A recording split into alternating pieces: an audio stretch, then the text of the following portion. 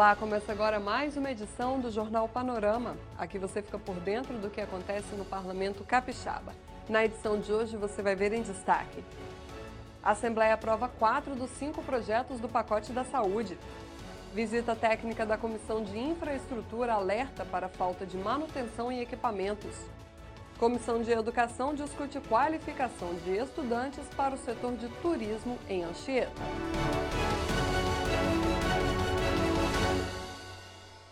A saúde foi tema bastante discutido na Assembleia nesta segunda-feira. Em reunião de gabinete ou na votação em plenário, a saúde do capixaba esteve em pauta. A repórter Nicole Espósito acompanhou os trabalhos e traz as informações para a gente. Nicole? Na primeira sessão da semana, o plenário aprovou 4 dos 5 projetos do chamado Pacote da Saúde encaminhado pelo governo à Assembleia. Apenas a matéria que prevê a criação do Instituto Capixaba de Ensino, Pesquisa e Inovação na área da saúde não foi analisada. Ela está em prazo para análise na Comissão de Justiça. Nesta segunda-feira pela manhã, o Colégio de Líderes se reuniu com o secretário de Estado da Saúde para esclarecer detalhes sobre os projetos que foram analisados pelo plenário. Acompanhe agora na reportagem. O secretário de Estado da Saúde, Nésio Fernandes, compareceu à Assembleia para esclarecer as dúvidas dos deputados sobre o pacote de projetos do governo. São 5 matérias da área da saúde que estão tramitando na Casa em regime de urgência. O secretário explicou o objetivo que se pretende alcançar com os projetos. O objetivo é modernizar o marco legal na relação com o servidor, de maneira que o servidor público efetivo ele possa ser convocado para poder desempenhar algumas atividades excepcionais que tenham um caráter indenizatório. Então a gente vai poder, por exemplo, em algumas situações de emergência, para cobrir alguns furos de escala, os períodos entre a ausência de um cargo e o provimento de outro, utilizar o servidor efetivo ou temporário que já está na CESA para poder cumprir essas funções e também criar um Instituto de Ensino, Ciência, Tecnologia e Inovação do SUS, que vai ser uma estrutura especializada do SUS para a formação e a inovação em saúde. A reunião foi solicitada pelo deputado Lorenzo Pasolini ao líder do governo. Enivaldo dos Anjos decidiu convocar o Colégio de Líderes para que o secretário pudesse esclarecer alguns pontos dos projetos. Uma das questões levantadas por Pasolini foi a ausência de informação sobre o impacto financeiro de algumas propostas. O secretário informou que as matérias não geram despesas de imediato. Eles instituem dispositivos que poderão ser utilizados de acordo ao interesse administrativo da gestão para a criação, o pagamento de atividade extra, para o credenciamento de serviços, para a criação de um programa de formação.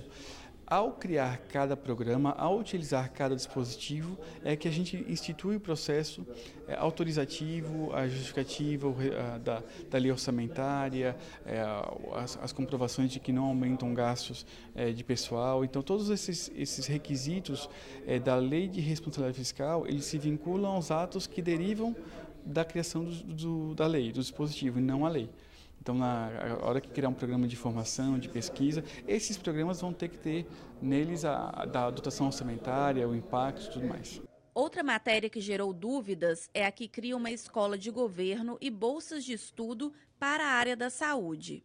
O marco da Lei Federal da Ciência, Tecnologia e Inovação, ela modernizou muito a capacidade e o entendimento do próprio Estado no que é a desconcentração e a descentralização das ações de pesquisa e inovação.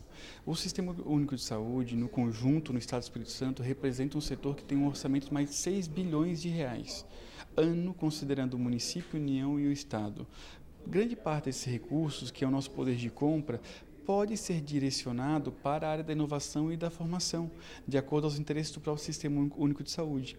Quando a gente cria uma estrutura do SUS especializada em processos de educação, de formação, de inovação, é o SUS entrando nessa era da indústria 4.0, da inovação, e com grande capacidade e expertise própria de modernizar os serviços de saúde. O SUS passa a deixar de ser somente um comprador, mas também para ser um desenvolvedor, um indutor dessas políticas. Para os deputados, as dúvidas foram esclarecidas. O secretário explanou com bastante propriedade, trouxe dados, trouxe informações relevantes e que dão segurança para essa casa para votar e apreciar essa matéria com muito mais tranquilidade, trazendo ganhos para a sociedade capixaba. Importante que esse parlamento fizesse o que foi feito, atendesse a sugestão do deputado Lorenzo Pasolini, convocasse aqui o secretário de Saúde, a Casa Civil, e assim nós pudéssemos dirimir as dúvidas, e assim foi feito, suscitado as dúvidas, a matéria tramitar e nós podermos aprovar no menor tempo possível para colocar essa nova legislação à disposição da sociedade capixaba. A Comissão de Saúde da Assembleia realizou audiência pública. Dessa vez foi no município de Aracruz, onde foi discutida a judicialização do setor. Os impactos das demandas judiciais na área da saúde foram debatidos em audiência pública realizada pela Assembleia Legislativa em Aracruz, município da região central-norte do Espírito Santo. De acordo com o representante da Secretaria de Saúde do Estado, parte do orçamento é destinada ao cumprimento de decisões judiciais movidas por usuários do SUS que precisam especialmente de internações, medicamentos ou consultas.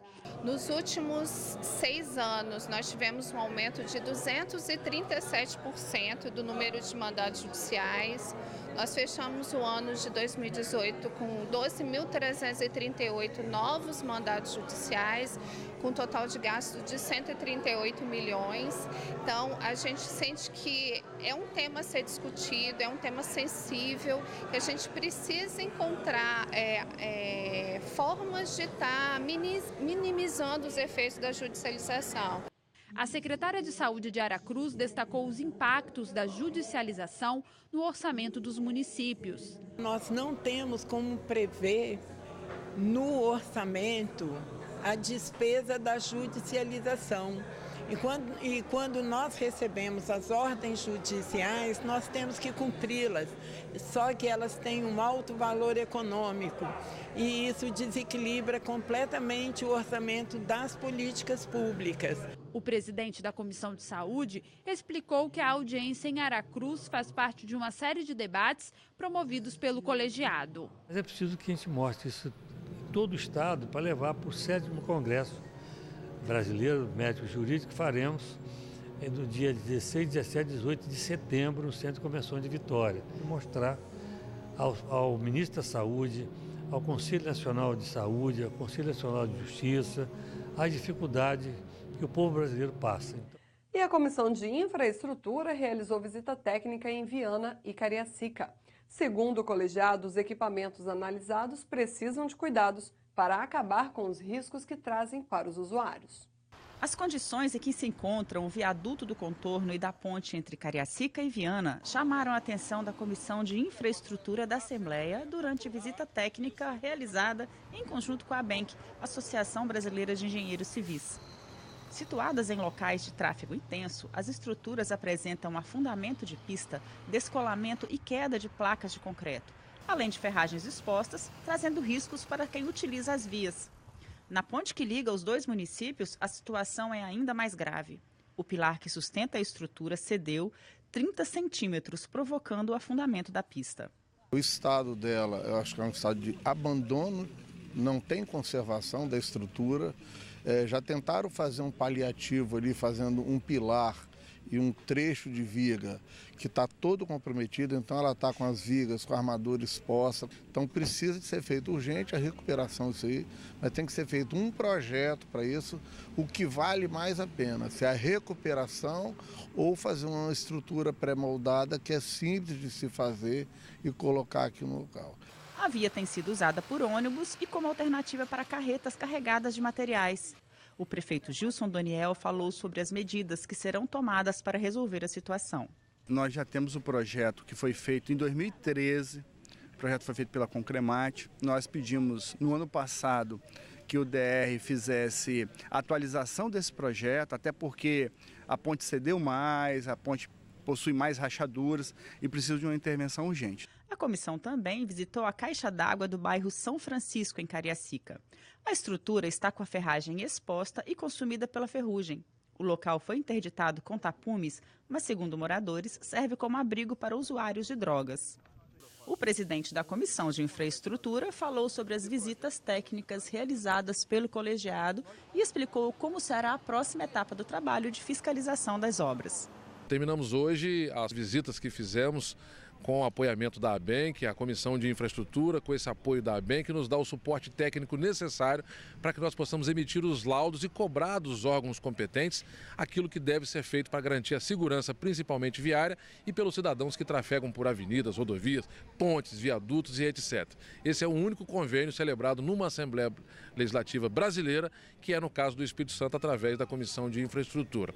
Na reunião da Comissão de Segurança, o colegiado definiu pela realização de audiências públicas para ouvir servidores das polícias civil e militar, na capital e no interior do estado. As delegacias e o Serviço Médico Legal de Cachoeiro de Itapemirim vão ser vistoriados pela Comissão de Segurança para identificar as demandas dos locais. Durante a reunião do colegiado, os deputados também decidiram realizar audiências públicas na Assembleia Legislativa e no interior do estado para ouvir integrantes das polícias militar e civil. A agenda dos encontros ainda será definida. E o presidente do colegiado, o deputado delegado Danilo Baiense, apresentou o relatório de uma visita técnica feita por ele no complexo penitenciário de Xuri, em Vila Velha. As irregularidades encontradas no local serão relatadas em documento a ser encaminhado aos órgãos competentes do estado, como Defensoria Pública e Tribunal de Justiça. Nossas reuniões têm sido muito positivas, nós temos avançado bastante em várias áreas. Você vê com relação a Sejus, em uma visita só ao Complexo da Glória, no montante de pouco mais de 500 presos, 75 foram liberados. Né? Nós tivemos uma reunião com as delegadas das mulheres também e saíram uma série de reivindicações que hoje nós designamos aí o delegado Lorenzo Pasolini para que seja o relator. E todas são de suma importância e às vezes são coisas simples, né? Mas que precisa de alguém para reivindicar essas melhorias. Nós fizemos também uma visita ao complexo do Xuri, onde também constatamos um número elevado de pessoas com cadeia vencida. Essas pessoas têm que ser postas em liberdade, todos esses presos têm que ser postos em liberdade, porque isso aí demanda inclusive um custo, além do custo alto para o Estado, com alimentação, com vigilância, quer dizer, nós estamos ocupando vaga de outros presos que poderiam ali estarem recolhidos. Com relação às audiências públicas no interior do Estado, todas elas também são muito importantes. Com relação a Cachoeiro, nós sabemos que lá a situação está precária, o SML, a situação dele é muito ruim, né? Ele necessita de ampliação, de reformas, ele necessita de médicos, ele necessita de auxiliar de perícia legal, de motorista. Você vê que em alguns dias nós sequer temos médicos lá em Cachoeiro de Itapemirim e essas pessoas que morrem em virtude de morte violenta, quer seja por crimes dolosos contra a vida, quer seja por acidente automobilístico ou qualquer outro tipo de acidente, esses corpos têm que ser sido trazidos para Vitória. E em alguns casos, os corpos têm sido congelados para depois serem descongelados, atrasando e muito a liberação. Né? E a gente tem que ver a situação até para ouvir também os servidores de lá que certamente vão reivindicar. Com relação às demais audiências que faremos no Sul, no Norte e no Noroeste, é exatamente para ouvir as demandas de cada um. A Comissão de Educação discutiu a capacitação de profissionais do turismo em Anchieta, que utiliza o método da pedagogia da alternância, já bem conhecido no meio agrícola. A importância do trabalho desenvolvido pela Escola Família de Turismo do MEPS, Movimento de Educação Promocional do Espírito Santo, foi discutida em reunião do Colegiado de Educação. Localizada em Anchieta, a escola é de nível pós-médio e utiliza o método da pedagogia da alternância, que combina ensino teórico e prático. O método é o mesmo usado nas escolas famílias agrícolas implantadas pelo MEPS em todo o estado. Segundo Hidalgiso Monec, superintendente do MEPS, o objetivo da escola é capacitar profissionais para atuar no segmento turístico. O turismo ele representa uma atividade econômica de grande importância para o estado do Espírito Santo, sobretudo na região litorânea, e também temos a região serrana. O Espírito Santo tem um potencial enorme, então formar profissionais na área do turismo é você criar possibilidade de negócios, de melhorar todo o serviço prestado pelo trade turístico e assim desenvolver o turismo como um todo, né? Monec também destacou a necessidade de apoio financeiro para a continuidade do projeto. Ultimamente é a Prefeitura de Anchieta que está mantendo a escola, mas diante do quadro financeiro do município, em função da paralisação da Samarco, a gente teme que a Prefeitura não consiga dar esse apoio total nos próximos anos, né? E a gente veio aqui para discutir um pouco qual vai ser o futuro dessa escola, como que o Estado pode nos apoiar. O Estado já tem uma grande parceria com o MEPS, né, para apoiar as escolas famílias agrícolas. E a gente, inclusive, agradece ao governo por esse apoio. Mas agora a gente precisa encontrar uma forma de garantir também o apoio à Escola Família de Turismo. Outro tema em debate foi a importância da neuroeducação para a atuação profissional dos educadores e gestores da área. Quem falou sobre o assunto foi a coordenadora da pós-graduação da EMESCAM, Juliana Matar. A gente trabalha essa pessoa que já está atuante, seja na área de educação, da psicologia, da fonoaudiologia, qualquer pessoa que lide, né, com essa dobradinha educação-saúde, com um grande objetivo de propor melhoria de processo de ensino-aprendizagem, qualquer que seja o seu âmbito. Os temas debatidos pelo Colegiado de Educação foram propostos pelo deputado Emílio Mameri. A repetição dessas apresentações vão tocando a mente de mais e mais e mais pessoas, porque realmente nós precisamos mudar. A mudança, muitas vezes, não é fácil. É difícil, você tem que sair da sua zona de conforto. Mas se nós não mudarmos, nós não vamos alcançar uma educação de qualidade. Então a proposta foi nesse sentido. Eu entendo que as apresentações foram muito boas e acredito piamente que a população vai cada vez mais se sensibilizando para temas dessa importância, dessa natureza. A Assembleia Legislativa vai fazer audiência pública para discutir a ampliação do Refis, o programa de parcelamento incentivado de débitos fiscais. As empresas que aderem ao Refis podem renegociar dívidas com o governo, com redução de multas e juros. A proposta da Comissão de Finanças é discutir alternâncias para ampliar o programa. A data da audiência ainda não foi marcada. A Amunis, a Associação dos Municípios, e o Colégio de Líderes se reuniram na Assembleia. Em discussão, o uso do Fundo para Redução das Desigualdades Regionais em pagamento de despesas de custeio. O Colégio de Líderes da Assembleia Legislativa recebeu a diretoria da Amunis, Associação dos Municípios do Espírito Santo, para debater sobre projeto do Executivo que tramita na Casa e flexibiliza o uso do dinheiro do Fundo para a Redução das Desigualdades Regionais. Gilson Daniel, presidente da entidade, falou da importância do fundo para as cidades capixabas. Esse Fundo da Desigualdade ajuda a maioria das cidades capixabas, 12 cidades não recebem, mas 66 cidades recebem esse recurso que é destinado a diversos investimentos nas cidades, mas o projeto de lei que está na Assembleia nos ajuda, que pode 50% ser gasto com custeio. Custeio não quer dizer gasto com o pessoal é proibido na lei. Mas é custeio da máquina pública, é auxílio no combustível, na merenda escolar, na destinação dos resíduos sólidos. É uma lei importante que está aqui na Assembleia e hoje fizemos um excelente debate aqui com os deputados e acredito que a gente vai avançar na próxima quarta-feira. O presidente da Assembleia, Eric Musso, comentou o resultado da reunião. Reunião proveitosa, onde pudermos tirar dúvidas, colocar questionamentos para tentar equalizar dirimir todas as dúvidas e ir para uma votação mais tranquila desse projeto. O Jornal Panorama está chegando ao final, mas continue acompanhando os trabalhos da Assembleia pelas mídias sociais. Obrigada pela companhia e continue ligado na TV Assembleia, o seu canal cidadão.